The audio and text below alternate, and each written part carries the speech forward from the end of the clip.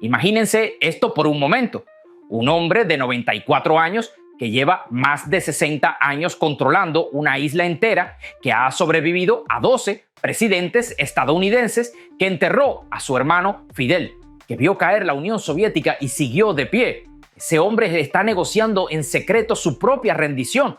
No lo están leyendo mal, no es un rumor, no es especulación, es lo que acaba de revelar el congresista cubanoamericano Mario Díaz-Balart al Miami Herald. Mario Díaz-Balart es el mismo congresista que lleva años pidiendo que encarcelen a Raúl Castro por el asesinato de los pilotos de Hermanos al Rescate. El mismo hombre que quiere ver a Raúl Castro detrás de las rejas está confirmando que Washington mantiene conversaciones secretas con su círculo más íntimo. Lo que esto significa es devastador y esperanzador al mismo tiempo. Y lo que voy a revelarles en los próximos 20 minutos va a cambiar completamente la forma en que entienden lo que está pasando en Cuba ahora mismo. Vamos a entrar en las sombras donde se está decidiendo el futuro de Cuba. Empecemos por el principio, por lo que dijo Mario Díaz-Balart. Declaró al Miami Herald que la administración Trump mantiene conversaciones secretas con varias personas del círculo cercano de Raúl Castro.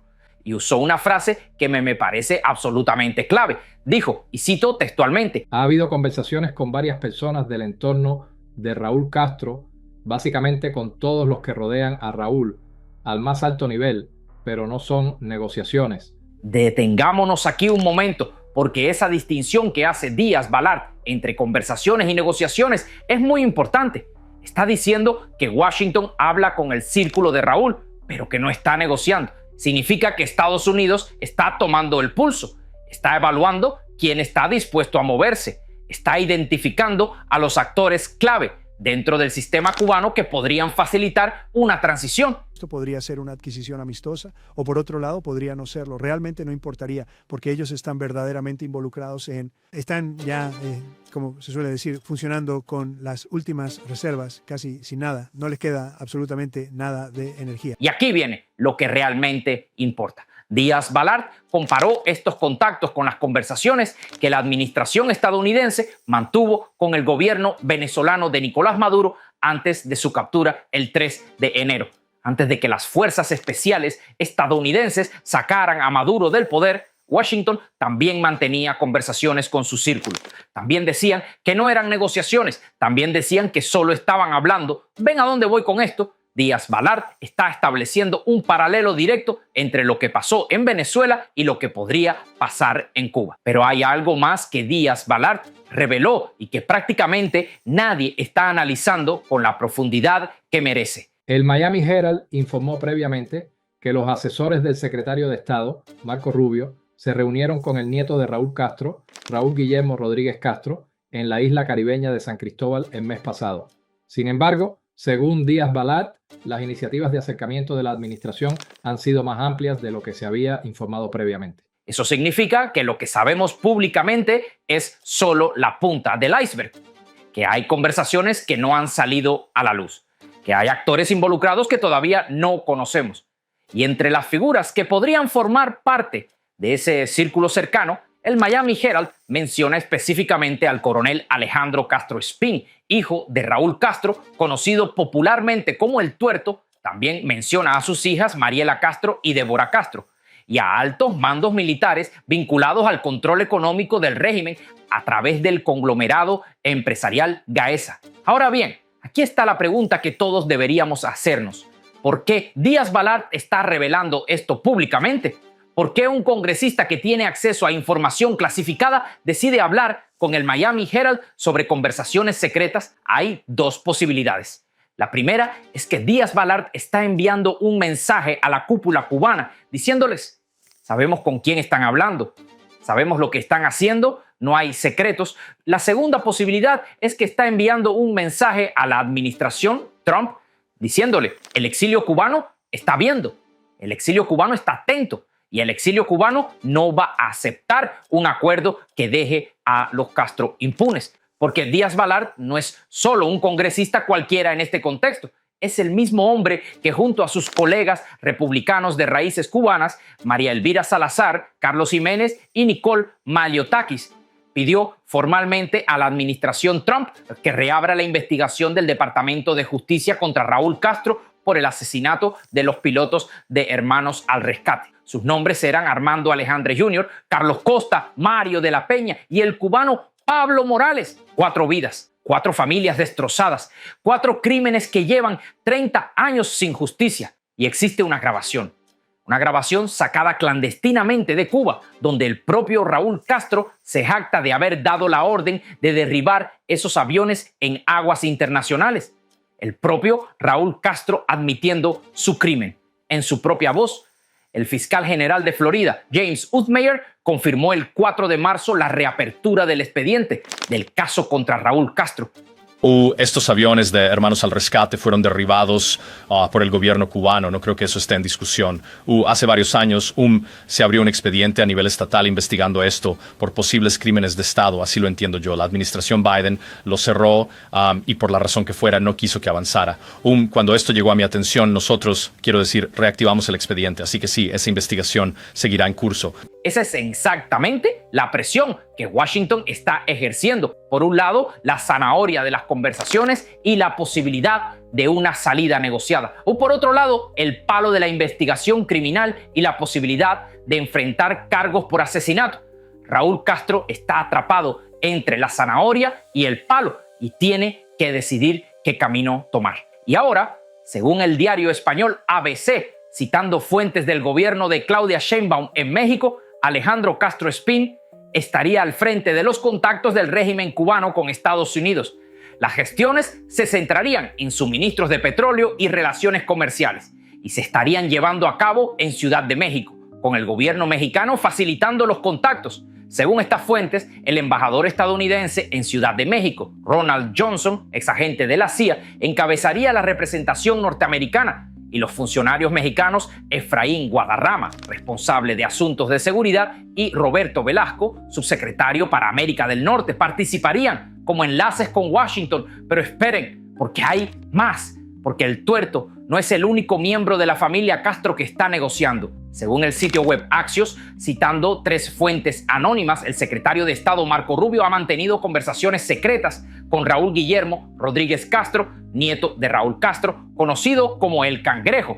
Y estas conversaciones habrían tenido lugar en la isla caribeña de Saint Kitts. Raúl Guillermo Rodríguez Castro, el nieto, el Cangrejo, un personaje que hasta hace muy poco era completamente desconocido para el gran público, pero que aparentemente tiene suficiente peso dentro del sistema cubano como para reunirse directamente con el equipo de Marco Rubio. Y aquí está la clave de todo esto. Necesitan entender cómo funciona el poder en Cuba y específicamente necesitan entender qué es GAESA. GAESA es el grupo de administración empresarial de las Fuerzas Armadas Revolucionarias. Es el conglomerado empresarial que controla aproximadamente el 80% de la economía cubana. Hoteles, tiendas, importaciones, exportaciones, telecomunicaciones, puertos, aeropuertos, todo pasa por GAESA. Y GAESA está controlado por los militares cubanos. Ahora bien, según el Miami Herald, entre las figuras que podrían estar involucradas en las conversaciones con Washington se encuentran altos mandos militares vinculados al control económico del régimen a través de GAESA. Eso significa que algunos militares están en el loop, están siendo consultados, están participando en las conversaciones. No, pero no todos. Y aquí está la traición que nadie se atreve a nombrar. Si Raúl Castro está negociando una salida para su familia, si está hablando con Washington a través del tuerto y el cangrejo, si está buscando garantías de impunidad para los Castro, ¿qué pasa con los generales que no están incluidos en esas conversaciones? ¿Qué pasa con los militares que han construido sus fortunas a través de GAESA y que ahora podrían quedarse sin protección? Porque déjenme decirles algo que es absolutamente crítico. Raúl Castro tiene 94 años. Está al final de su vida. Su prioridad número 1 en este momento no es el socialismo, no es la revolución, no es el legado de Fidel. Su prioridad número 1 es proteger a su familia, proteger a sus hijos, proteger a sus nietos, asegurarse de que cuando él muera, los Castro no terminen en una cárcel estadounidense. Sí, repito lo que he dicho públicamente en múltiples ocasiones. Negociaciones. Si la negociación es negociar, ¿para qué? Si las negociaciones son, mira, te vas el martes o te vas el jueves, Ya, te vas en avión o te vas en barco. claro. Ese tipo de conversación, totalmente de acuerdo. Si la conversación es, oye, mira, ya no tienes futuro, busca tu opción y qué opción quieres para que esto termine ya, eso es positivo y ese tipo de no sé si eso se llama negociación, no son negociaciones. Eso siempre es aceptable y al contrario, queremos que eso suceda. Ya. Pero negociaciones para mantenerse en el poder, para buscar concesiones, para tratar de chantajear a los Estados Unidos, eso no es aceptable. Pero esta es la buena noticia aquí, eso que conste. Yo no estoy de acuerdo con todo lo que hace, obviamente, ningún presidente, nadie. En el tema de Cuba, con el presidente que tenemos hoy en día, no tenemos que presionar. Él está presionando. Él ha hecho esa orden ejecutiva donde si uno lee, habla de la relación con grupos terroristas, con lo que ha hecho el régimen por décadas. Eso lo dice el presidente de los Estados Unidos, no lo digo yo. Entonces, no hay y no van a haber negociaciones para mantener el régimen, Y para lograr eso, está dispuesto a sacrificar a quien sea necesario, incluyendo a los militares que lo han servido fielmente durante décadas, incluyendo a los generales que controlan Gaesa, incluyendo a Díaz-Canel, que ya sabemos que es un títere desechable. Eso es lo que significa la frase que dijo el congresista Díaz-Balart cuando comparó estas conversaciones con las que precedieron a la captura de Maduro. Antes de que Maduro cayera, Washington también hablaba con su círculo. Y cuando llegó el momento, algunos de ese círculo colaboraron con Estados Unidos para facilitar la operación. ¿Están viendo el patrón? ¿Están viendo lo que podría estar pasando? Mientras Raúl Castro busca garantías de impunidad para su familia, el pueblo cubano está en las calles. Por quinta noche consecutiva, el 11 de marzo, La Habana vivió cacerolazos y protestas. 5 noches seguidas. 5 noches de un pueblo que ya no tiene miedo. 5 noches de cubanos que salen a la calle sabiendo que pueden ser detenidos, sabiendo que pueden ser golpeados, sabiendo que pueden perder su libertad y salen de todas formas. Los reportes situaron los cacerolazos en El Vedado, Mantilla, Marianao, El Cerro, Regla y Centro Habana. En Mantilla, municipio Arroyo Naranjo, uno de los más fuertes esa noche. Un usuario en redes sociales escribió, y cito textualmente, Mantilla casi entera está con calderos también. No dan respuesta ni de los apagones ni del agua. Ya el pueblo está sufriendo demasiado. Es inhumano, es inhumano. Esas son las palabras del pueblo cubano. No son palabras de políticos, no son palabras de analistas. Son las palabras de personas que llevan más de 12 horas sin electricidad, con la comida pudriéndose en el refrigerador, con sus hijos en la oscuridad, con sus enfermos sin medicamentos que necesitan refrigeración. En Marianao, el cubano Saúl Manuel reportó que estuvieron 1 hora de cacerolazo y les restablecieron el servicio eléctrico, pero llegó la policía a la zona y habría 3 detenidos. 3 personas detenidas por protestar contra los apagones, 3 personas que van a la cárcel por pedir electricidad. Y fuera de la capital también hubo protestas. En Miraflores, municipio, Bolivia, Ciego de Ávila, según el cubano Abdiel Torres Guevara, natural de esa provincia, las protestas se están extendiendo. Ya no son solo en La Habana, ya no son solo en la capital, se están extendiendo por toda la isla. Y aquí viene lo que realmente importa, lo que conecta estas protestas con todo lo que hemos analizado hoy. Raúl Castro sabe que no puede aguantar más, lo sabe. Sus propios negociadores lo están admitiendo implícitamente cuando buscan una salida. La dictadura cubana está en su momento más débil en décadas. Sin petróleo, sin electricidad, sin dinero, sin el apoyo de Venezuela, sin el apoyo de Rusia, con el pueblo en las calles, con Estados Unidos presionando, con Florida reabriendo casos criminales contra Raúl Castro. Y en ese contexto de debilidad extrema, la familia Castro está buscando una salida, está negociando. Está tratando de asegurar su futuro antes de que el sistema colapse completamente. Pero aquí está la pregunta que nadie puede responder todavía. ¿Qué tipo de salida están negociando? ¿Una salida que incluye justicia para el pueblo cubano? ¿Una salida que libera a los presos políticos? ¿Una salida que permite elecciones libres? ¿O una salida que simplemente cambia las caras en el poder mientras el sistema permanece intacto? Porque hay una diferencia enorme entre una transición real y un maquillaje del régimen. Y el pueblo cubano, que lleva 67 años sufriendo, merece una transición real, merece justicia, merece libertad, no merece otro ciclo de falsas promesas y reformas cosméticas. Y aquí está lo que Díaz Balart dejó muy claro. Dijo que la administración Trump no contempla acuerdos que mantengan a la familia Castro en el poder y usó una frase que me parece absolutamente definitiva. Cambios parciales no son aceptables. El concepto de Raúl sin Raúl no es aceptable para esta administración. Raúl sin Raúl, eso es exactamente lo que la dictadura cubana ha intentado hacer con Díaz-Canel. Poner una cara nueva en el mismo sistema, cambiar el nombre pero mantener la estructura. Y Díaz Balart está diciendo que eso no es aceptable. Pero aquí está la tensión que me tiene absolutamente preocupado. Porque por un lado tenemos a Díaz Balart diciendo que no habrá acuerdos que mantengan a los Castro en el poder y por otro lado tenemos reportes de que Washington está negociando con el círculo de Raúl Castro. ¿Cómo se reconcilian estas dos cosas?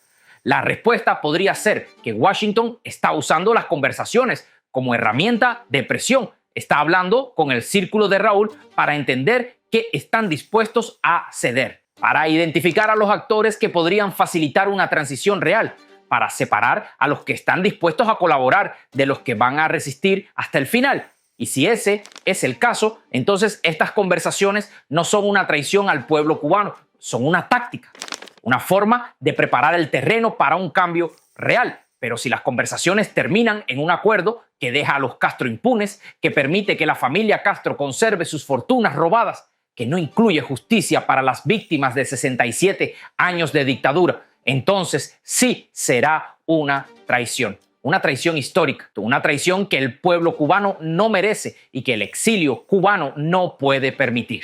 El pueblo cubano no puede ser moneda de cambio en estas negociaciones. No puede ser sacrificado en el altar de la conveniencia geopolítica. No puede ser ignorado mientras los Castro negocian su impunidad. 67 años de dictadura, miles de presos políticos, familias destrozadas, generaciones robadas, vidas destruidas. Todo eso exige justicia, no reformas cosméticas, no cubastroika, justicia real. Por eso les pido que compartan este video, que lo manden a sus familias, que lo discutan en sus comunidades, que lo usen para presionar a sus representantes, porque la única forma de asegurarnos de que estas negociaciones no terminen en una traición es haciendo que Washington sepa que estamos viendo, que estamos atentos, que no vamos a aceptar impunidad para los Castro. Y ahora quiero que me respondan en los comentarios con sus opiniones, porque este es un momento histórico y necesito saber qué piensan. Primera pregunta, ¿creen que Raúl Castro está realmente negociando su rendición o es una táctica para ganar tiempo mientras busca otra solución? Segunda pregunta, ¿el tuerto y el cangrejo están traicionando a la cúpula militar cubana para salvar a su familia o están actuando con el respaldo de toda la élite del régimen? Tercera pregunta, ¿qué condiciones mínimas debería exigir Estados Unidos para cualquier acuerdo con Cuba? Libertad de presos políticos, elecciones libres, juicio a los responsables de crímenes contra la humanidad. Quiero leer cada uno de sus comentarios. Quiero saber qué piensan, porque sus voces importan, porque el pueblo cubano merece que su historia sea contada con la verdad que merece. Si no están suscritos al canal, suscríbanse ahora mismo y activen la campanita, porque esta historia está evolucionando cada día. Y cuando haya nuevos desarrollos, cuando haya nuevas revelaciones, cuando el próximo capítulo de esta historia se escriba, ustedes serán los primeros en saberlo, porque la verdad no necesita censura, solo la mentira la necesita. Soy Darwin Santana. Esto fue El Mundo de Darwin. Nos vemos en el próximo video.